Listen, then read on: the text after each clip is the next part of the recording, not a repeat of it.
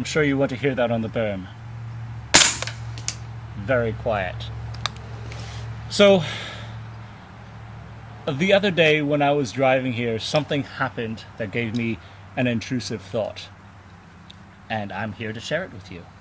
Because it's something to talk about the value of things and the value of time. How do we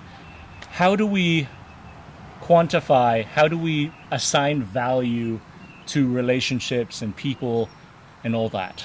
So there I was driving here to the range, and right before I showed up, I felt tired.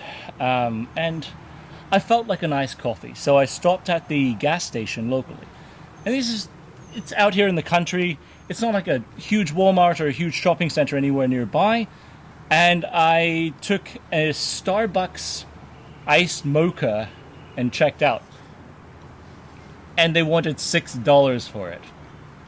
Now, I paid $6 for a Starbucks iced mocha. And as much of a travesty as that is, as much of a highway banditry as that vendor had committed, because it was right next to the highway, I don't know if I really could say it was highway banditry, because consider the value, right? We assign a dollar amount to designate the amount of a value we're willing to pay for something, a service, or whatever. And this is translating our hard work into value to get goods and services. And the reason that coffee is twice the price of a coffee back in a supermarket where I started is because it's right here, right next to where I am in the countryside. If I forgot to make my coffee, which would have been probably 50 cents, so 1/10 the price, I would want to buy one here to have a coffee.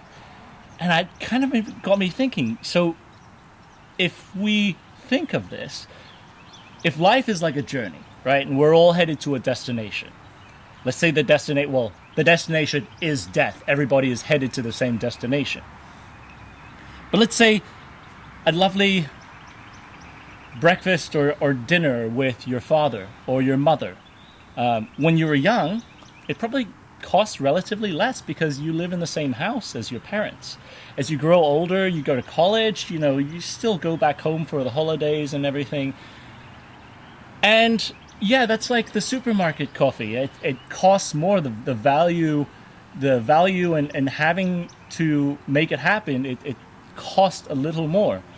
But then later on, if you're close to the destination in life, you're close to death in life, that one dinner, that one, even a coffee with your father, an extra 10 minutes with your father, if he's close to his dying, if he's on his deathbed, it could be worth $1 million to people. And that value is there because time keeps on passing, and it gets harder and harder to spend time with people whom we love. And if we look at things and we're looking at the value of things increasing the closer we get to the destination, I start wondering, what am I doing that is truly important? What am I doing that is of a lower cost to me right now, but would have a very high value later on in life? I try my very best nowadays to get more efficient at work. I'm not saying that, completely negate work to do things with your loved ones, but by being more efficient, I try to spend time with my loved ones, right? Because I recognize nowadays that spending time with my children is a lot easier nowadays than down the road when they're fully grown. But that also doesn't mean that when they grow up, just because I had all these dinners with my family doesn't mean that I'm good down the road. That is just a signify of the value of it. I'd still probably want to see them for, dinners when they come home from college, and then later on in life, I'd still probably want to go and hang out with them and get to hear about their day. Which then, made me think about this other thing, because if we could also think about spending time, and this is departing from the coffee analogy now, if we could think about how we want to spend time, and we have a finite amount of time on Earth. We don't know when we're going to die, but we have a finite amount of time on Earth. So spending time on things that you love or people whom you love, spending time on things that you would see value down the road is important to you. So would time in this matter then become the currency of life? I.e., you have so much of this quantity, of the substance. It's not a substance, but you have so much of this thing, T, and you could only spend a certain amount of it. You have to spend some on your work. Like right now, I have to provide for my family, so I have to work. But then how I work, how I allow myself to finish work on time, or be home for certain things, see my kids during their events, that is a currency that I would spend on them, which then makes me think of the travesty of how social media works nowadays, because it really pulls you, it sucks that time away from you. You know, like I've heard from more than one person how, myself included, the toilet.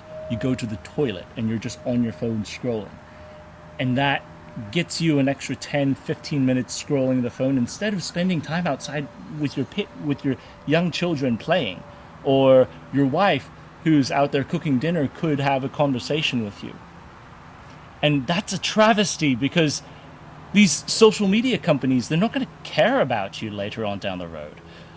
You spending an extra 10 minutes for them is profitable, but they don't care about you down the road, that they took that 10 minutes away from you, or you willingly gave 10 minutes away to these content creators in order to, and then took that 10 minutes away from your loved ones, that you could have been doing something, having memories with them instead.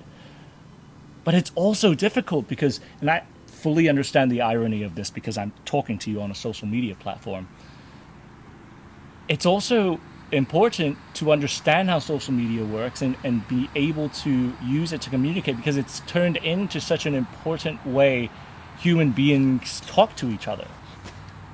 So this had me try to realign what I'm doing a little more. It had me think about how I've been spending time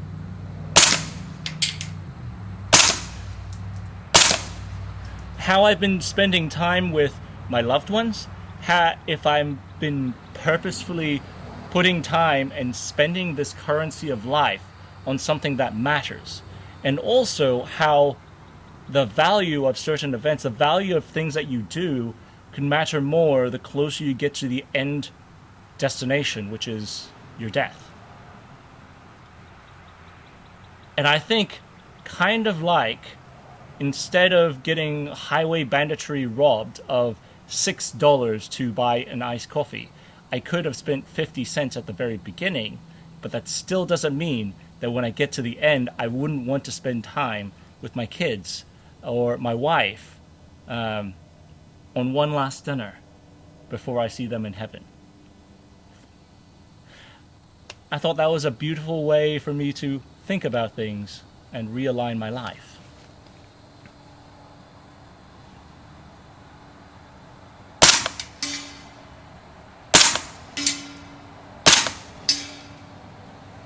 MP5 Sniper strikes again.